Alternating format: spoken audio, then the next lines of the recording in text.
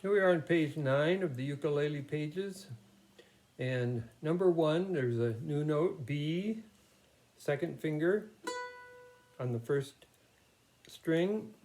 Except that in number 1, I'm going to suggest a different fingering on the second line of number 1, where you have a scale that goes down,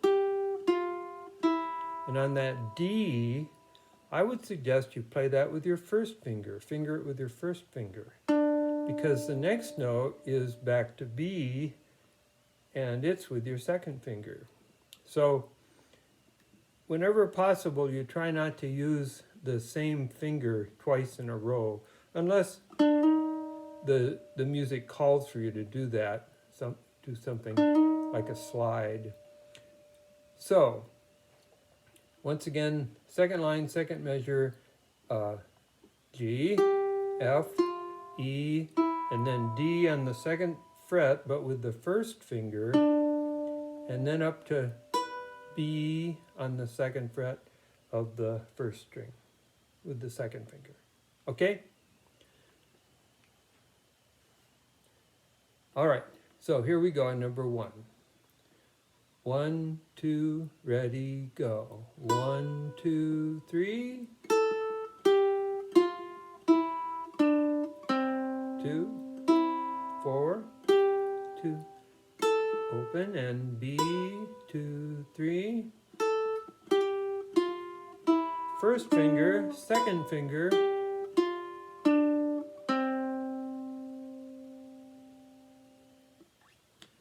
Okay? I've been telling you all along to play use the same finger as the fret is, but sometimes you change that. On number 2, we have the same sort of thing, and I've explained it on there. So you play C, B, C, A, and then there's a 4 up above this C, because I'm recommending that you play C with your fourth finger, finger it with your fourth finger, because the next note is G, third finger, and then just leave your fourth finger there.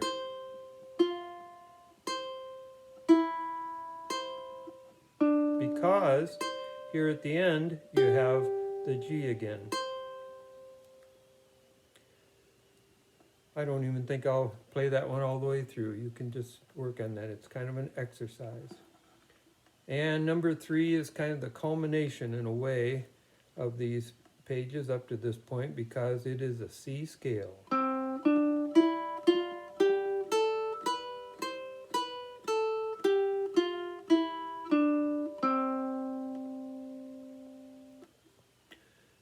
Then the last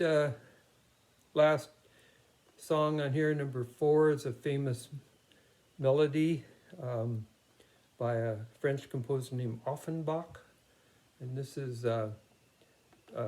from an opera. You can play opera music. By the way, don't be afraid of opera, okay? Opera there's really a lot of great music in it, but it helps to, it's like reading Shakespeare, going to a Shakespeare play. It helps to read the play first and read one of those editions where they explain the old language that they're using. Opera is kind of the same. It helps if you get a translation and know what the singers are singing. Anyway, so you know this song. It goes like this. 1, 2, ready, go. 1, 2.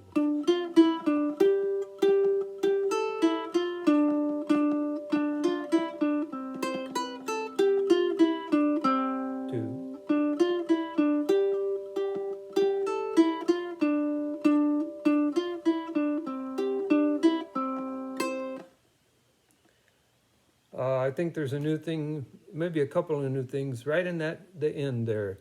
The dot under the low C is a staccato mark, and it means staccato. Different people interpret it different ways. Basically, it means play the note shorter than usual. Some people say it means to play it half length. Other people say as short as you can, just play it shorter. And the mark above the last note, which goes like that or like that, I'm not, let's see, I guess it's like that. That's called an accent, and it means to play it a little bit harder, with a little more force. So you can work on that. If you're playing with a friend, they could play the chords. And a great way to play this is to, well, first of all, it only has 2 chords. And it's a great one for doing this, being a little fancier here. First of all, go back and forth between your 3rd string and your 4th string with your thumb. I'll slow it down a little bit.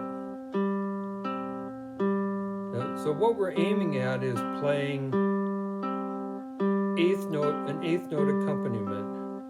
So now while you're playing, switch to a G7.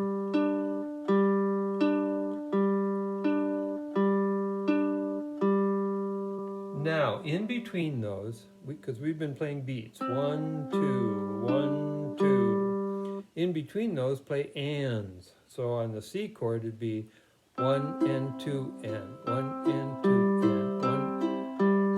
And on the G7 chord, it would be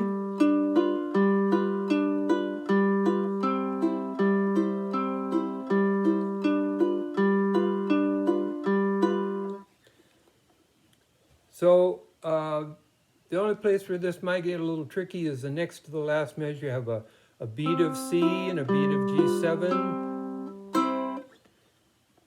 So do what you can on that. So let's say you can play this song to, okay? So you get your this going, kind of an introduction. You ready to play the melody? 1, 2, ready, go.